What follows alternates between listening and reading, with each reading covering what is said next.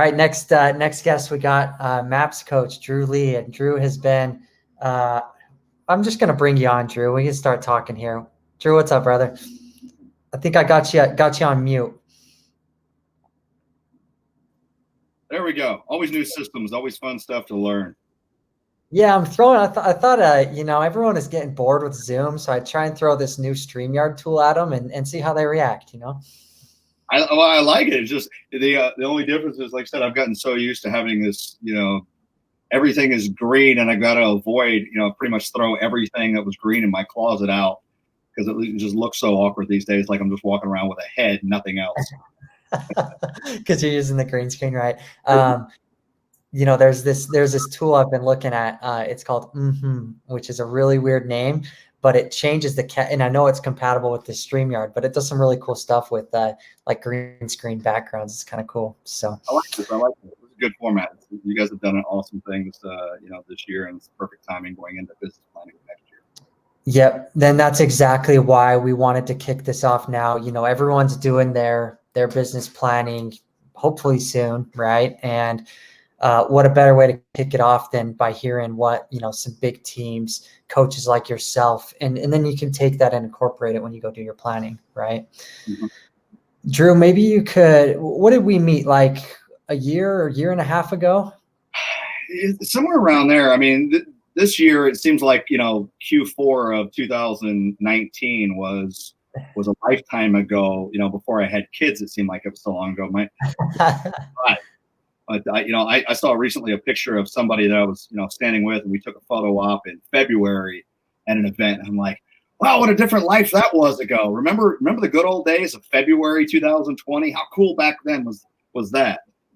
Yeah, I think that's when originally we met. And then I found, through people, I started hearing this word Sisu. And I think the first time I'd ever heard the word, it was so cool. It was from Angela Duckworth's book Grit. Yeah. And about, just the mental fortitude and the inner the never give up, never quit, just attitude of the Finnish people. And so I started hearing more and more about it. And then, I was like, this is a phenomenal tool when you're on this side of the coaching world to see, what, if you're going to build a really, really big business, there are a couple keys. One, stop planning a year at a time. If you're going to be a business owner, Kiyosaki drew those 4 quadrants, and he said, you've got employee in one quadrant, and then you've got self-employed, and you've got business owner, and then you've got investor. Your goal is to work towards, eventually leveraging your money where it's working for you. But what I've noticed over the years is you got to fundamentally ask yourself, what are the key differences between being a business owner and being self-employed? And one of those is you think longer term, and you stop becoming so attached to the outcome goal, and you become more attached to what does it take, or the indicator goal. So I don't care if you want to close 100 units or 1,000 units. All that does is goals are indicators of action. So when you actually plug in the numbers, and I've seen on Sisu, is when you get the numbers right, your activities will show if they're valid or not. So one of my mentors and coaches has always taught me, goals are immovable. People, systems, anything else can change, but the goal stays the same. And it's not the goal of your outcome on transactions. It's truly your end. The goal is, what are the metrics needed to achieve and the actions in order to get there? You got to start thinking longer term. So I coached some teams that, we're using Sisu, and we can literally say, well, all right, we're not going to hit the goal this year. We know the goal. Yeah, we're not going to close 300 units. That's okay. Look at the numbers. They are absolutely correct. Your goal is 4,000 conversations. Your goal is X number of appointments. Your goal is X number held, X number signed and met. All of those metrics are accurate when you look at your results. Your goal is to take 40 listings a month. You're taking 20. Well, look over here. You're doing half the number of conversations we need. We are missing a who and a what to hit those metrics, and then everything else becomes easier. I love it. A little bit on your background. You primarily coach teams, brokerages, or maybe tell us a little bit about what it is you do and your work with these clients. Sure. I've been in the real estate business since 2003, and I started teaching a ton with a program called Bold in 2009. Okay. And it really, I really started enjoying the working with one-on-one and the business owners. So I started coaching individuals about 2011, and ever since then, it's just been ongoing fun. And I learn more from working with those folks than I do anything. And now the teams that I coach, they do anywhere between 300 to 1,000 units. Big teams. Big teams. And what I've been privileged on is because of the years I've been in this business and in the same places, I've gotten to know so many amazing people and watch their journey that I've started doing almost like a podcast called Building Business to 1,000 every Tuesday. And I've had, just different guests that are doing anywhere between, 500 units to 3,700 sites. Drew, if you have a link for that, drop it in we have a private chat. You could drop it there. I can share it in the comments. I think people would love to check that out. So that was kind of the idea. And then as I've talked to people, you just really starting to notice patterns of what is the business owner? How do they think differently? So something I'd encourage everyone to ask yourself, write this question down, is what is it today that makes my business investable? And what is it today that makes my business avoidable from an investment standpoint? Would venture capital give you money, or would they say, like Shark Tank, I'm out? Yeah. And you have the data that supports it. And I would say the biggest or the first common denominator is big business people that they think longer term. They're not setting a year goal at a time, because how many of you would buy stock in a company that said, all right, great, Best Buy, our goal for Best Buy in 2021 is blank. You should invest with us. Disney, we're not going to think about the next theme park, the next movies. We're not figuring in the next acquisitions. We're only thinking about 2021. Please buy stock. No company with shareholders could ever operate that way. They'd fire their CEO tomorrow. So big business owners, or business owners in general, they think longer term. They think planning. They think 2 years, 3 years, 5 years, 10 years out. My good friend Lance Logan, they're going to close 2,700 sites this year. He's planning out to 2036. That's and a 15% market share in the Houston area. That's big picture thinking. And you say, well, how would I get there? Well, start with the numbers. Plug in your numbers on a program like Sisu, and then say, hey, what does this look like? What numbers will we need to hit? Then you get to play with those calculators and say, okay, well, what does 3 years look like? What does 5 years look like? And the bigger teams, they look at the organization. They know that's the biggest lag measure of who they're going to be in business with, who they're going to hire, who they may need to find other opportunities for, or what kind of life is going to happen, and there's natural attrition. And then they look at the economics. So it's a couple things, but it's really focusing on the longer term. And I just kind of chose the number of, not many teams do 1,000 units. So let's start there. I love it.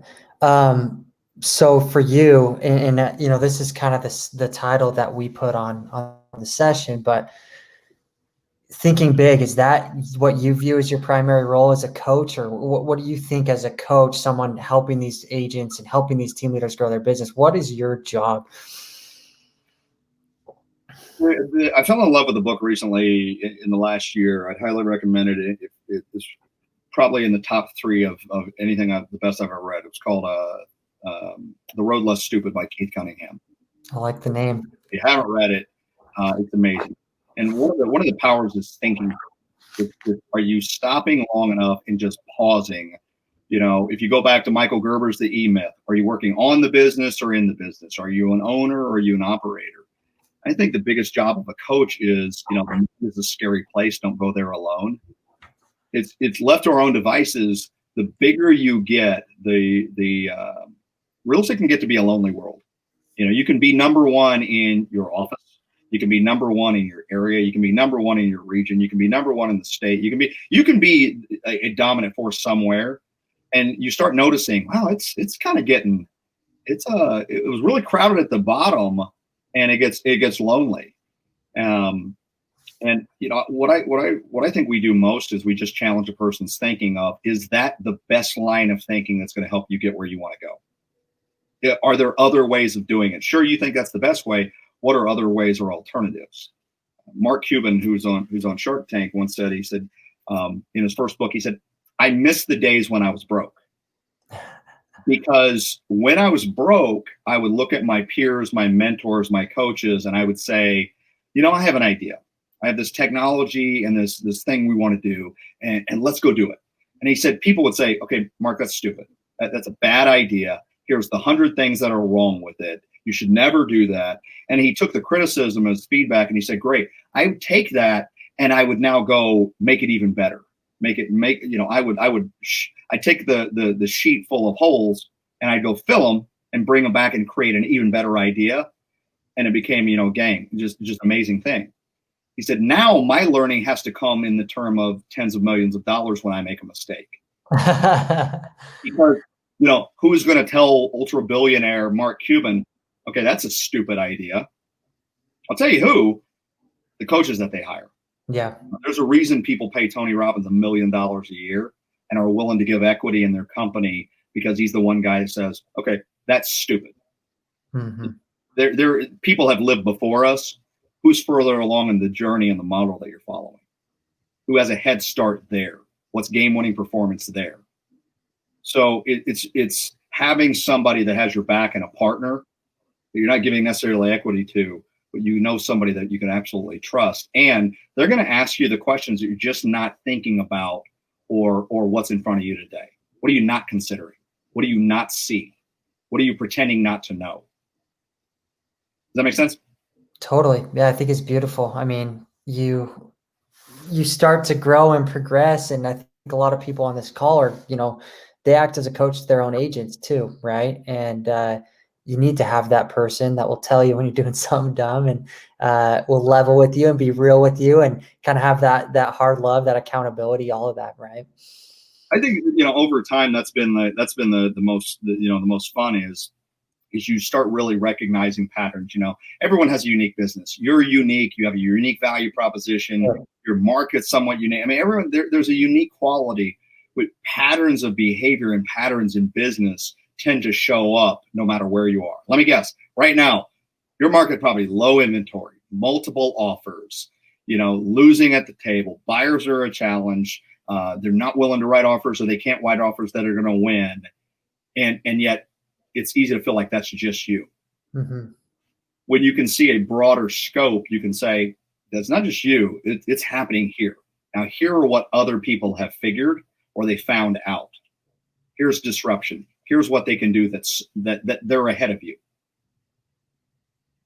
Yeah, I love it. So Drew, maybe share with us, if you have a couple examples, clients, maybe you leave names out, feel free, but a couple of times where you feel like you could help someone think bigger, or shifts that people have made that really help take them to that next level, kind of like what we're talking about. Most of our struggles is we figure out, especially in this business, we figure out how to sell real estate. And we get hours in time selling real estate. We get really, really good at it. We know the market. We get really good at that. We get good at this specific piece. And then it comes to when you're doing everything you possibly could and you can't do anymore, well, then you need to get some help. Administrative help, multiple administrative helps, get somebody to help with those. It's like, what's the most money I make when I'm doing the most important task in my business? How do I give away the least dollar productive activity and keep the most dollar productive activity? And over time, you get into the people business. It's an inevitable thing that's unavoidable if you're going to grow a business. You want to sell 20 houses a year, 50 houses a year, do it yourself. That's great. If that works for you, that's phenomenal. I wish you the best. That's success for you. Great job. Do it every single year. Fund your life. If you want to grow a business that pays you and you don't have to trade in time for that, you're going to be in the people business. And that's where so many struggle. It's what do they not see when inherently dealing with people? Mastering hiring, looking at things on a budget and figuring out, okay, how do you maximize that opportunity? Mm-hmm. And so often it's not, I'll tell you, it's the some of the aha or the biggest questions that helps a person change their trajectory or their thinking. It's not the one I wrote down. It's not the one that I was well prepared for. All right, here's my question for the week. This is it. It's the question that challenges someone's thinking, that you hadn't planned for. Mm-hmm. You know, it's somebody. Oh, great. So, I mean, are you looking to run a business or learn a lesson here? How do you know what have you learned in 2020 that you're vowing to never ever repeat?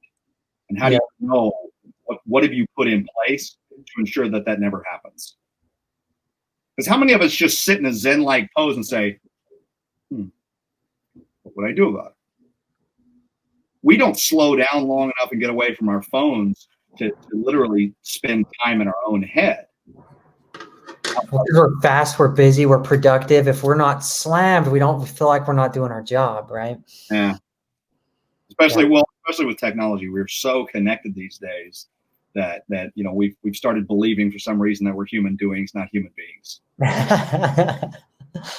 We need to pause long enough to actually, you know, self-reflect, think about things. And over the years, you know, I'll talk to my partners anytime they call me, anytime, you know, I say, look, keep my number with speed dial. Don't do anything without me. You know, it's a full partnership. And one of the things that I've noticed though is sometimes we get in that fast pace. The only time people slow down long enough is when they're talking to a coach. It's actually that's the 30-minute pause. And that's why sometimes, you know, I've had calls and conferences where I'm like, were you attempting to hit a certain word count today?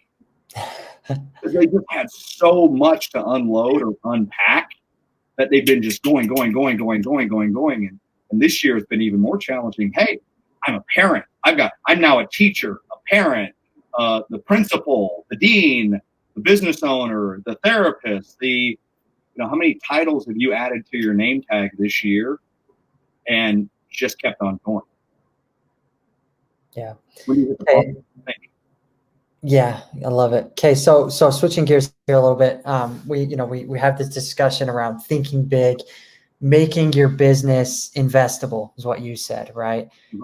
Which making your business investable requires you to think 10, 20, you know, you got to think out there, right? So let's say I'm, you know, I have my team, I have my brokerage, and you're the Mark Cuban, and I'm going to be pitching my business to you, and you're going to decide whether or not you want to invest in it, right? And you've seen all kinds of businesses. What are the questions you're asking? What are the things that you're looking for that are either going to tell you, you know, hell yeah, let's do it, or I wouldn't touch that business with 10-foot pole? That's a great question. One, what's scalable? Scalable means you control it. It's not controlled by others. If you're going to be a business owner, you want to control the most important thing in this business, which is leads. Okay. The more you can control the lead and the appointment, the more everyone around you can be replaceable. I don't say that to be insensitive. You know, the culture is king. But at the end of the day, you've got to maintain a relationship with people. I mean, in our business, your business is always going to be in direct proportion to the number of people. When they think of real estate, they think of you. And I would say the mistake or what makes you uninvestable is if you come and say, hey, buy into my business. I want you to be a partner. Perfect. Tell me what is controllable that you have. What have you replicated year over year? Does 50% of your business come from your network and the people that you know? And the more fragmented that is, the more brokerage like you seem and the less investable you are in my world. So if I have a database, meaning you have 2,000 people that have worked with you in the past and they are loyal to you, Zach, and they would do business with you again. And I've got an agent over here that has a database, another agent over here that has a database. And I got 10 agents or 50 agents or 100 agents, and they all have their individual networks. Okay, that does not combine for one big network that when they think of real estate, they think of you or your company. They think of that individual. That's not scalable. You know, McDonald's, I don't think about the cashier the last time I drove through the drive-through. I see the Golden Arches, I think of Ronald McDonald, I think of the hamburger they serve. I think of Chick-fil-A, I think of the It's My Pleasure. I think of the amazingly, you know, delicious Chick-fil-A sandwich that they make, and they make it the same way all over across the country. It's scalable. It's controllable. You know what you're going to get. You know what you're going to get every time, no matter where you go. What's missing and what do you have that's your business that makes that true or false? So if your business, things like, for example, what we saw this year, let's face it, for sell by owners and expireds, probably the toughest year, maybe that's a limited belief, probably the toughest year on record that I've seen in over a decade of doing this year. If your business was predominantly for sell by owners and expireds, then I would look at it and say, great, how are you replicating that this year? How controllable is it this year? If 50% of your business comes by referral, you're a leveraged business. You and I work together, partner together, and over time, if you ever wanted to hand me that book of business, people would have a relationship with me, and I know I could pick it up where you left off. So these are those kind of key components of what makes it investable or avoidable. If you couldn't do it again, or you don't know how it was done last year, and the only question you're asking yourself every January is, can I do it again? And how do I know? Then it's not necessarily controllable. Yeah, keep having one CSU report coming to mind, which is a little pie chart that shows you exactly where your business came from for basically any time frame, right? And it sounds like that's really where you would be looking. If first thing you'd look at probably to say, I want to invest, I don't want to invest. Mm-hmm. It's like a doctor's office. Most businesses, when you think about what they're selling, they're really selling a network and a database of people who use that service, that product again. And they're doing it over and over again. Most companies, big companies, learn this. They do it through reward points, and we're just happy to get them, right? But we don't. On the flip side, there's a reason they're offering reward points. It's to maintain and keep accurate of your data. You're not gonna move, change your phone number, change your mailing address when you've got 100,000 points in American Express. You're going to make sure I've got to update my mailing address, my phone number. They got all of this. They got my billing. I'm not going to lose my points. So companies have learned, hey, your data's valuable. I've got to maintain a relationship with you. And the bigger, more solid that gets, the more viable or sellable that business becomes. So and just recapping a little bit of what you're saying, it's a shift of having this network, this database of people that have a relationship with your company versus, the individual agents, which obviously they're going to have a relationship with both, right? They're going to have a relationship with both. It's what's your company where, we are a team, not you or I. It's not me, you, them, they. It's an us and a we thing. We're a company. We work together. It's our branding. It's our future, and when you're thinking really big and really long term, the other thing that happens for people in your organization, they see a future with you. So why wouldn't they want, hey, yes, let's leverage each other. You take care of the marketing. You take care of the network. We want them to think of the brand. Hey, I may be out of sales in a year. I may be directing sales. I may be in an operations position. I may be in another role in your company. And if the people are loyal to me, then I'm going to run the same challenge that others do of, well, they only want to work with me. Mm-hmm. So you want that all encompassing, hey, yes, it's a company. Yeah. So the teams that do this well, that accomplish this and invest in this versus the teams that struggle with it, what are some things that you see? Is it the leadership? Is it the systems? I mean, what are kind of some of the main things you see there? I'm going to come back to, it's a great question, come back to scalability. They know the recipe to get results. They've done it. And they're going to duplicate it again. And just go repeat it over and over. Repeat it over and over again. And when we start getting too much into customization of, hey, you're an agent on my team. You want to close 40 transactions. Perfect. How are you going to do it? What do you mean, how are they going to do it? How would you do it? What would be your formula for them to close 40 transactions? What's your specific standard to be part of your company? So I help you to that recipe. This is what I would do in your situation to achieve this goal. And the goal is the expectation to be part of my company. So if you're going to be, say, a showing agent or a buyer agent or a listing agent or work both and be part of my company, I'm going to be really clear of what would I do and what would be my expectations if that's all I were doing in my company. Yep. And I'm going to focus on those 3 to 4 areas of leads. And now we're going to duplicate myself 10 different ways. It's so powerful. I see with a lot of our CSU teams is they can bring in an agent. They can tell them exactly what numbers are going to create the results because they've been created. And then they say, you know what? Not everyone is exactly the same. That's why we put these numbers out there. That's a great place for you to start. But after 3 months, we're going to be looking at your conversion ratios. We'll look at them weekly. And after 3 months, we're going to know exactly what is or what is not working, where you need training, where we can pivot, where we can shift, because we have that data in front of us. And, if there needs to be something different because your business is going to be different, we'll have that right in front of us to roll with it, right?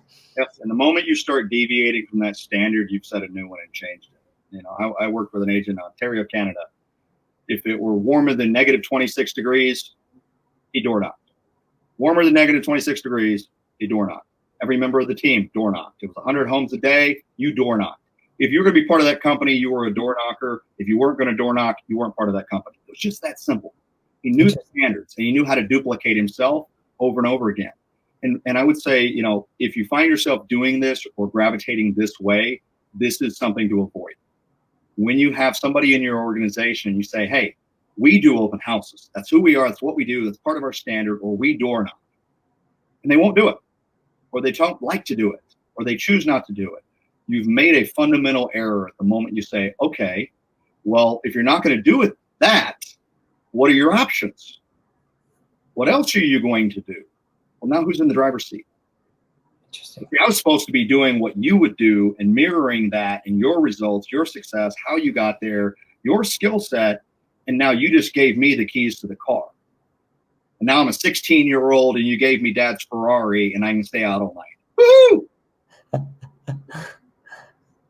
That's a great analogy. And, you know, it's just talking with Justin earlier on the session. They have standards. They are 100% all in. And because the leader believes it and drives it, everyone else buys into it and it works. And it works because it's that thing that they found that's scalable and repeatable and they know they can do it, right? Yeah. And I partner with people like that all day long. Yeah. You love Justin. He's a man. You say, I'm going to hire people. My question is inevitably for what? Yeah. What is hiring people? What solution does that solve? I don't know. They're going to do production. When you say, hey, I'm hiring people in order to grow the business, why? Because I have an idea and a plan that I can't execute without that person, that manpower, that skill set. I want to do 200 open houses this year, and I've only got the people to be able to do 150. I've got to have people. We've got to have extra people to door knock. We have a lead issue where we're drowning in leads from online leads, for example, or something we're doing and our database is flooding us, that we have to have people in order to service them. So one of my great coaches, Tony DeSello, amazing guy, taught me years ago is you don't build a team, you don't build a company. You build a business that requires a team. You build a business so big that it needs people in order to service it. You can't work at a restaurant and be the host, the hostess, the person behind the line, the server. You can't do it all. If you can attract enough, the only way you could do that is if you're going to wait on one person at a time. Take them in, sit them down, go make the meal, bring it back, give them the check, walk them to the door, clean the table, do it again. In order to build scale, you have to say, you know what, great, I'm going to focus on this, but I literally need these people and I know exactly what they're going to do in the organization from day one to service the amount of customers that I'm bringing in. You do that, you're set. You got a great business. Thanks, Drew. We're coming up on the end here. It's been great chatting with you. Anything else you want to throw? Can you throw out a book for us? Maybe I'd love to hear a book that you think we should, I could take away from this and go read. One of them is definitely, as I mentioned, the Keith Cunningham, The Road Less Stupid. I did write that down. Yeah. I would say absolutely get that book. There's so many over the years. I'll say this. I had the privilege of meeting with Leif Babin, the author of Extreme Ownership. That's good. I got to have dinner with him once, and it was really cool. And I asked him a question. I said, hey, what about being the Navy SEALs do you miss? Do you miss all the cool stuff? I think Navy SEALs and I think the movies and all that. He said, here's the thing. I didn't get to have that kind of fun for a long time. I moved up into a role. I was the executive officer of a SEAL team. I was, kind of in the rear with the gear. And I think for business owners, Extreme Ownership, business books, Infinite Game, just thinking along of, hey, there are times I'm going to have to give up the fun in order to be the business owner. So that kind of statement took me back to that book of, he wasn't in the mix anymore and doing all the fun stuff. He was doing what was required as an executive officer for the SEAL team. There are going to be things as a business owner. It's what are you going to do to educate yourself as a business? Jim Collins, How the Mighty Fall, still one of my all-time favorites. Love it. Well, I got some great notes here, Drew. It's awesome talking with you. I'll let you go now. Thanks for coming on. My pleasure. Yeah, we'll see you, brother.